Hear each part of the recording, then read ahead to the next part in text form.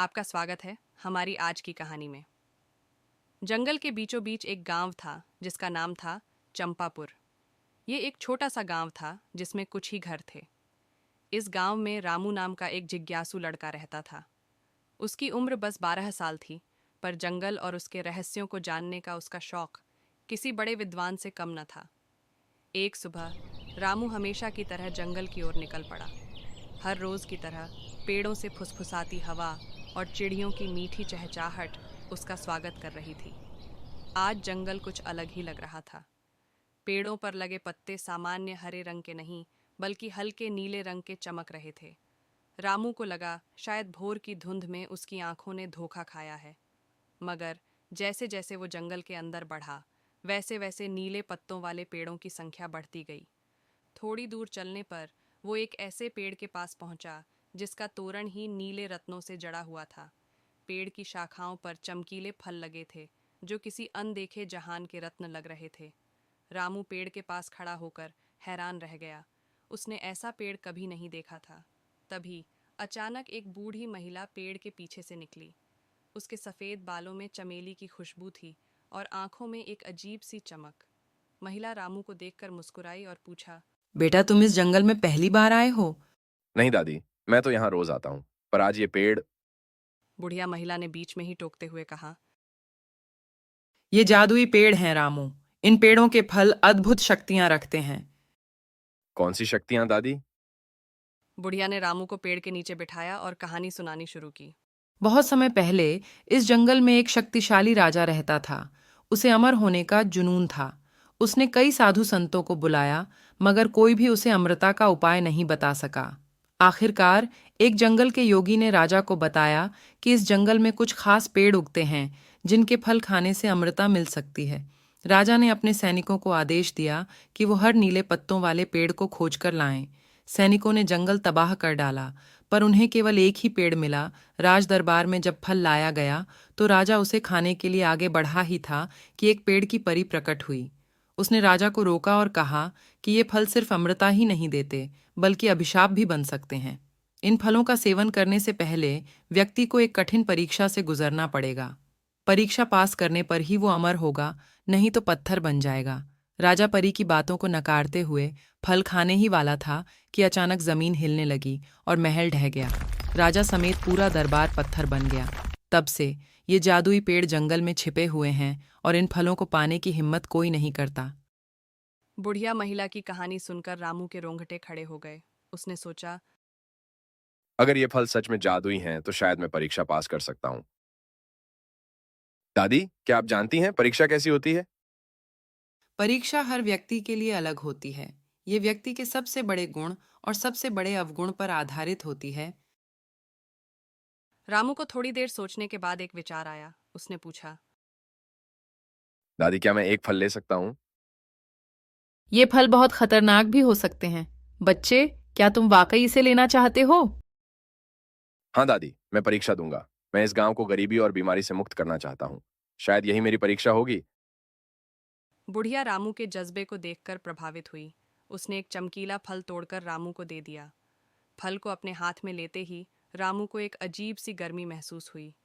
अगले कुछ दिन रामू को कुछ खास नहीं लगा, पर एक रात वो अचानक अपने बिस्तर से उछल बैठा। उसे एक सपना आया था। सपने में वो एक सुनहरे महल में खड़ा था। उसके सामने एक सिंहासन पर बैठा हुआ था, वही राजा जिसे बुढ़िया ने कहानी में बताया था। राजा ने रामू को आदेश दिया, बच्चे, तुम मेरी सारी दौलत के मालिक बन सकते हो। बस इतना करो कि तुम गांव के लोगों को मेरे पत्थर बने हुए दरबारियों को भूल जाने के लिए जादू टोना कर दो। रामू चौंक गया। राजा की मांग अन्यायपूर्ण थी। वो गांव के लोगों की यादों को कैसे मिटा सकता था? रामू ने राजा को साफ इनकार कर दिया। राजा गुस्से से तमतमा उठा और आग बबूला होने लगा। महल कांपने लगा और दीवारों पर दरारें पड़ने लगीं। रामू घबरा गया, पर वो टस से मस नहीं हुआ। उसने राजा को जवाब दिया, आपकी दौलत का मुझे कोई लालच नहीं है। मैं किसी की यादें नहीं मिटा सकता। अचानक चारों तरफ का माहौल बदल गया। सुनहरा महल गायब हो गया और रामू ने खुद को जंगल में पाया। सूरज की पहली किरणें पेड़ों के बीच से निकल रही थीं। मीरा ने राहत की सांस ली कि ये सिर्फ एक सपना था।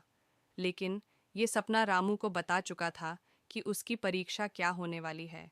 उसे गांव के लोगों की यादों को मिटाना होगा। ये रामू के लिए बहुत मुश्किल काम था। गांव के लोगों के लिए उसके दिल में बहुत प्यार था। वो उनकी खुशियों का गवाह रहा था, उनके गमों में उनका साथी रहा था। उनकी यादों को मिटाना उसके लिए किसी सज़ा से कम न था। कुछ दिन बीत गए। रामू बहुत परेशान रहने लगा। वो हर रोज़ जंगल जाता और पेड़ के नीचे बैठकर सोचता रहता कि वो अपनी परीक्षा कैसे पार करेगा। एक दिन जंगल में जाते समय उसकी मुलाकात शाम से हुई, जो उसका सबसे अच्छा दोस्त था। शाम ने रामू को परेशान देखकर पूछा। यार, तू इतना उदास क्यों है? रामू ने शाम को पूरी कहानी सुना दी। शाम कहानी सुनकर सोचने लगा। थोड़ी देर बाद वो बोला, रामू, तुझे लोगों की यादें मिटाने की ज़रूरत नहीं है।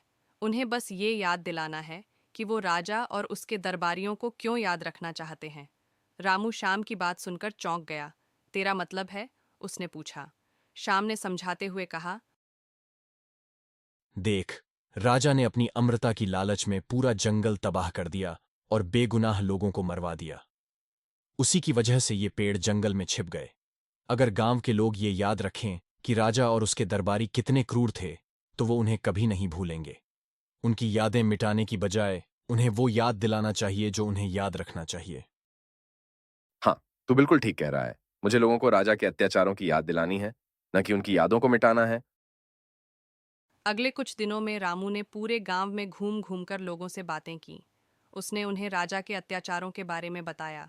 उसने बताया कि कैसे राजा ने अपनी स्वार्थी इच्छाओं की पूर्ति के लिए जंगल को तबाह किया और बेगुनाह लोगों की जान ली।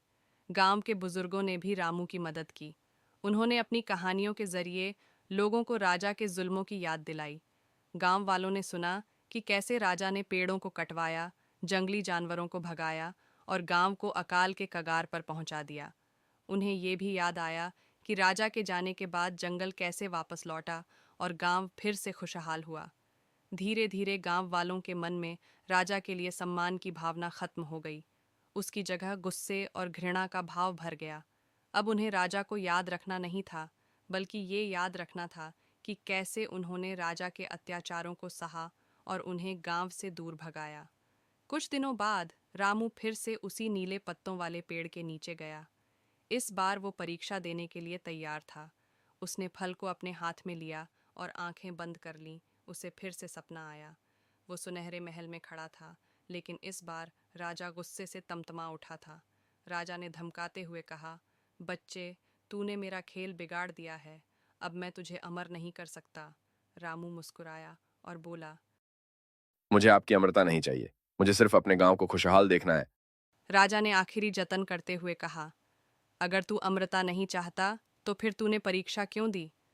रामू ने गर्व से कहा, मैंने ये परीक्षा इसलिए दी क्योंकि मैं अपने गांव को आपकी यादों के बोझ से मुक्त करना चाहता था। अब वो आपको क्रूर राजा के रूप में याद रखेंगे, न कि किसी महान शख्सियत के रूप में। अचानक चारों तरफ का माहौल बदल गया। सुनहरा महल गायब हो गया और रामू ने खुद को जंगल में पाया। पेड़ पर लगे नीले पत्ते हरे हो गए थे और फल भी गायब हो चुका था। रामू जान गया था कि उसने अपनी परीक्षा पास कर ली है। वह खुशी से नाचने लगा। उसने जादुई पेड़ों का रहस्य उजागर कर दिया था और अपने गांव को बचा लिया था।